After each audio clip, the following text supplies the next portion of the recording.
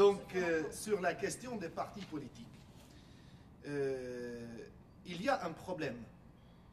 Le véritable problème, et il n'est pas villeneuvois, il n'est pas français, je ne sais pas s'il est mondial, parce que je n'ai pas la prétention de connaître la situation politique planétaire, mais les pays que je connais à peu près, je vois exactement le même problème un peu partout. C'est que les partis politiques qui, historiquement, ont été des créations sur la base d'idéologies, de visions, de projets sociaux différents, eh bien, ne sont plus ce qu'elles étaient. C'est-à-dire qu'aujourd'hui, un parti politique n'est pas une union de personnes avec des visions, avec une vision commune, même quand il y a des divergences à l'intérieur. Mais il n'y a plus d'idéologie derrière les partis. Les partis sont devenus des machines à acquérir le pouvoir ou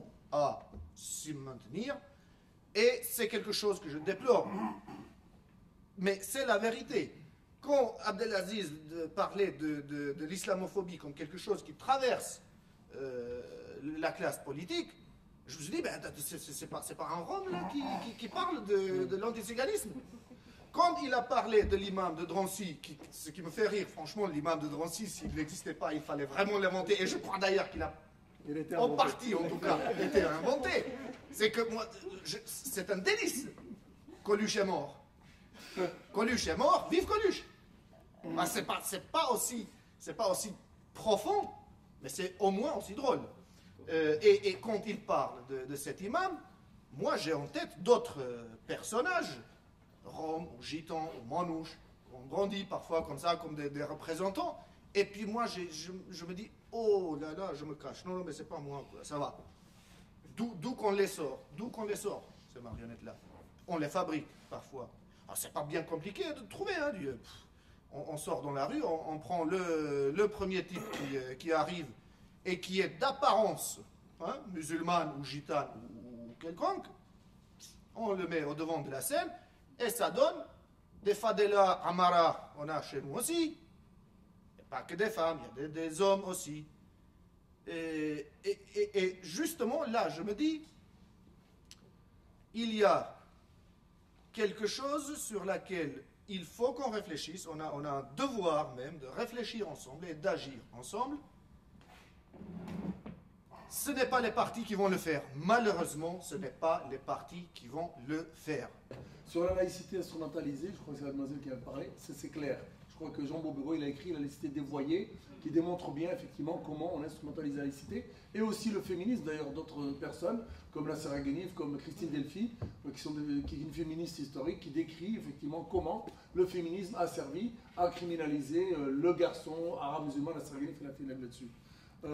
Payon, nouvelle religion, oui. Moi j'ai trouvé un texte là, c'est très très très révélateur. Vincent Payon, parce qu'il y a la laïcité, il y a les laïcards. Comme il y a les musulmans et les intégristes, ou je ne sais pas comment on pourrait les appeler.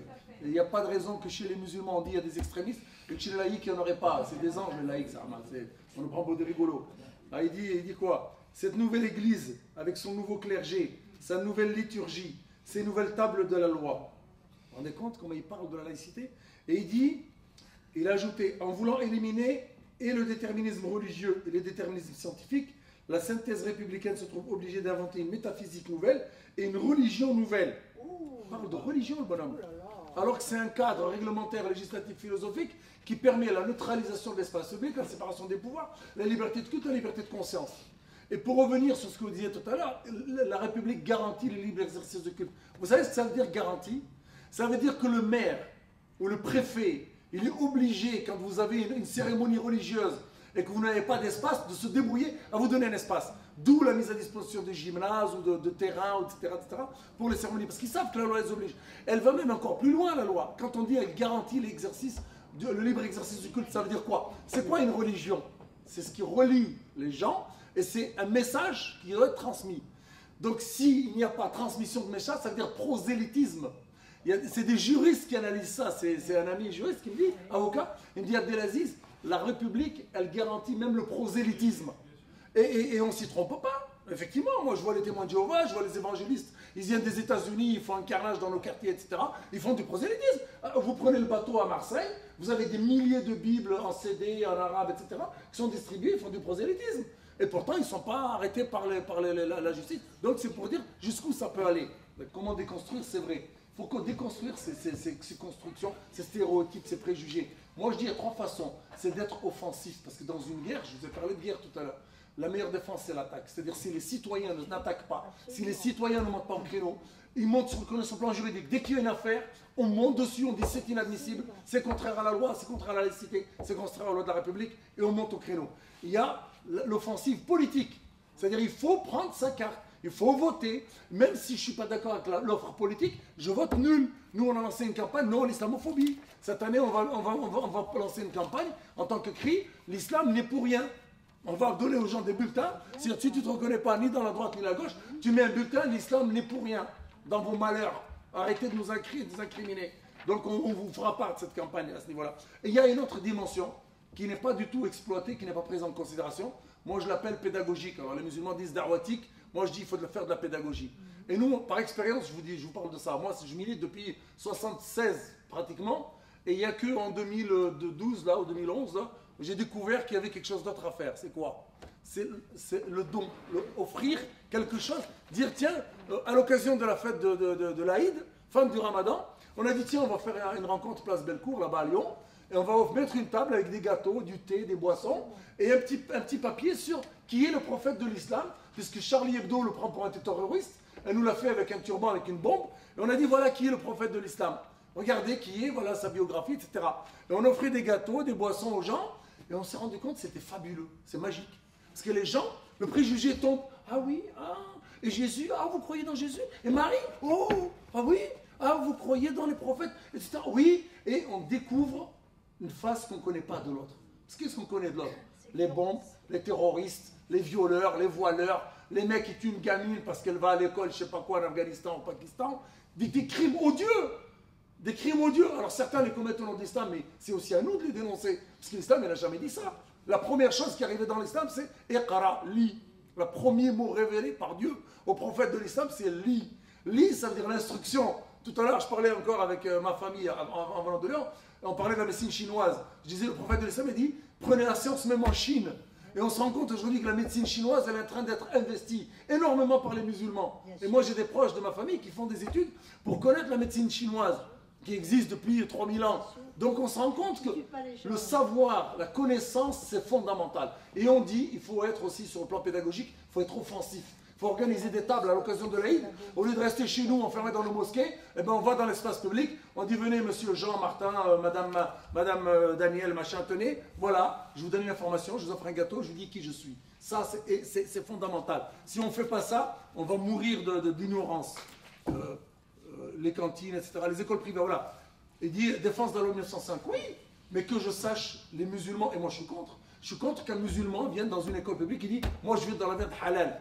La viande halal, la laïcité ne te permet pas d'avoir des exigences religieuses dans un espace laïque. Ok? Donc, mais c'est pas ça qui est demandé par les musulmans. On dit nos enfants pour qui on paye la cantine, ils doivent avoir un équilibre alimentaire minimal. Moi, dans les années 70, quand j'étais au lycée technique à l'époque, quand il y avait de la viande, on nous donnait des sardines, du thon, des salades, etc. Et on compensait, et on ne demandait rien de plus. Aujourd'hui, même ça, on n'y a plus. Il y a une régression des droits. L'enfant, aujourd'hui, je vous assure, on a eu une affaire, elle nous a saisi Damien, une dame. Elle me dit, monsieur, voilà, mon fils, je paye la cantine, j'ai demandé qu'on ne lui mette pas de viande, on lui donne de la viande, etc. Et quand il y a des légumes avec la viande mélangée, par exemple des petits pois avec de la viande de porc et du lard, lui, il ne peut pas manger. Qu'est-ce qu'il a fait? Il a pris 2 morceaux de pain. Eh bien, qu'est-ce qui s'est passé? Il a été convoqué par le principal, mis à l'amende parce qu'il a pris 2 morceaux de pain. Oh, attendez, mais c'est quoi ça? C'est pas criminel pour un gosse? Mais je vous assure, c'est là. Je vous donne le nom de l'école, etc. Et ce serait bien effectivement que la LDH, puisque vous représentez la LDH, eh bien qu'elle monte au créneau aussi avec nous sur ces problématiques, parce qu'on ne veut pas que ce soit une affaire de musulmans. Moi, pour moi, la lutte contre l'islamophobie, ce n'est pas une affaire de musulmans, c'est une affaire de liberté fondamentale qui sont remises en cause. On attaque les musulmans, on attaque les Roms, et demain on vous attaquera vous, parce que vous êtes peut-être communiste, ou parce que vous êtes socialiste, ou parce que vous êtes je ne sais pas quoi, ou libre penseur, etc. Donc c'est une question de liberté fondamentale. L'État, oui, institutionnellement, l'islamophobie existe. Je peux vous le démontrer. La loi du 15 mars 2004, pour nous, c'est une loi d'exception.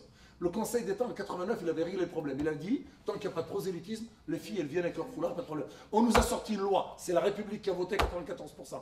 Après, on nous a sorti la loi sur le niqab.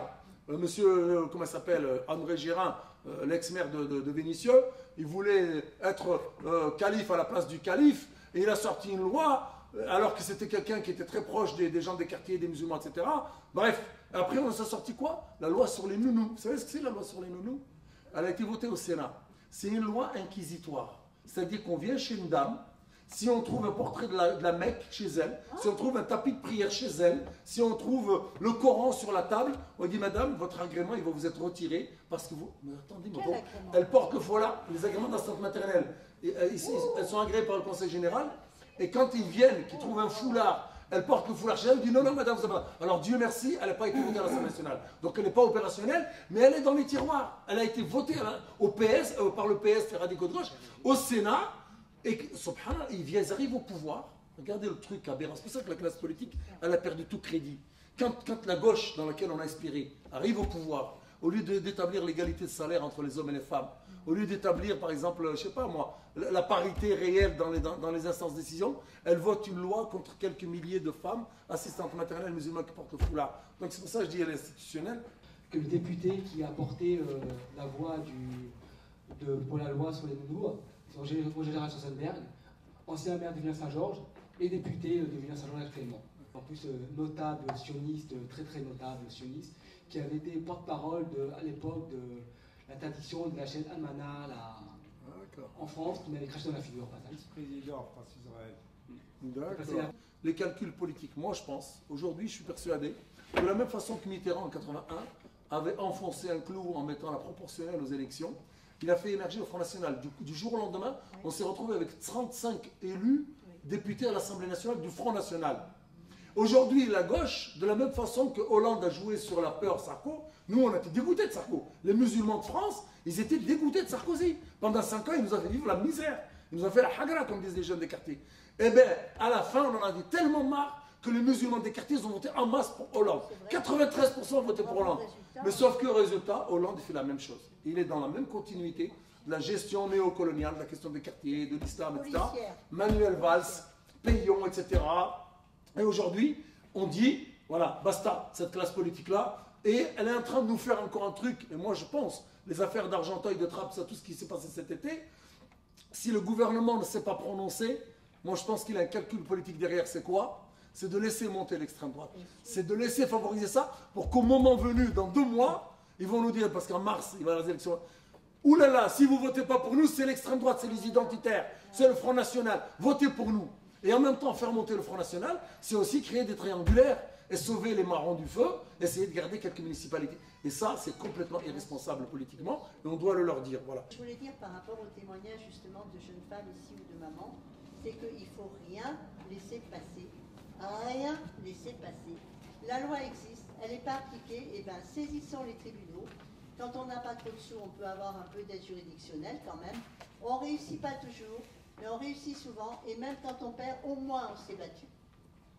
Et moi, je dirais, maintenant, on ne va pas spécialement, j'allais dire soutenir CRI, adhérer à CRI. Oui, vous avez de l'information, mais soutenons des collectifs larges. J'aimerais qu'il y ait la LDH dedans, j'aimerais qu'il y ait X, Y, Z, qu'on soit tous ensemble, que les rois, qu'on s'unisse et qu'on dise, nous, on veut une société d'égalité, on veut une société de justice. On ne veut pas une société communautarisée où les enfants, ils vont dans une école privée musulmane, où ils vont au club de foot musulman, ils vont dans la boucherie musulmane, ils vont à la maison, ils regardent la parabole musulmane. Et il y a du séparatisme culturel. Moi, je me suis battu pour l'école privée, pour les femmes voilées, mais il aurait fallu qu'il n'y ait que des filles voilées, que celles qui ne peuvent pas faire l'école publique, elles aillent dans ces écoles-là. Mais c'est devenu des écoles où on sélectionne par l'argent et on sélectionne par niveau. Donc, on va à l'encontre de ce qu'il faut faire.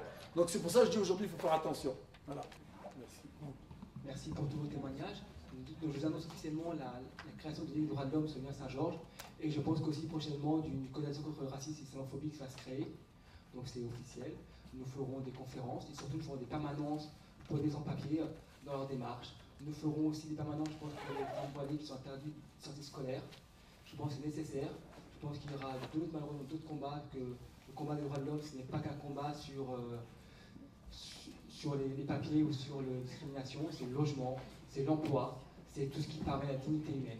Et comme l'a dit Abdelaziz tout à l'heure, c'est toute discrimination doit être combattue. Et surtout, je pense qu'aujourd'hui, les deux plus discriminés, malheureusement, sont les Roms et les musulmans. Merci infiniment. Et surtout, en premier lieu, ce sont les femmes aussi qui sont discriminées. Et c'est vraiment ça qui est le plus regrettable. Pour cela, comme musulmans, on n'attaque pas directement les musulmans, on attaque les femmes en premier. Donc c'est le sexisme qui revient. Donc merci infiniment d'être venu. Merci infiniment.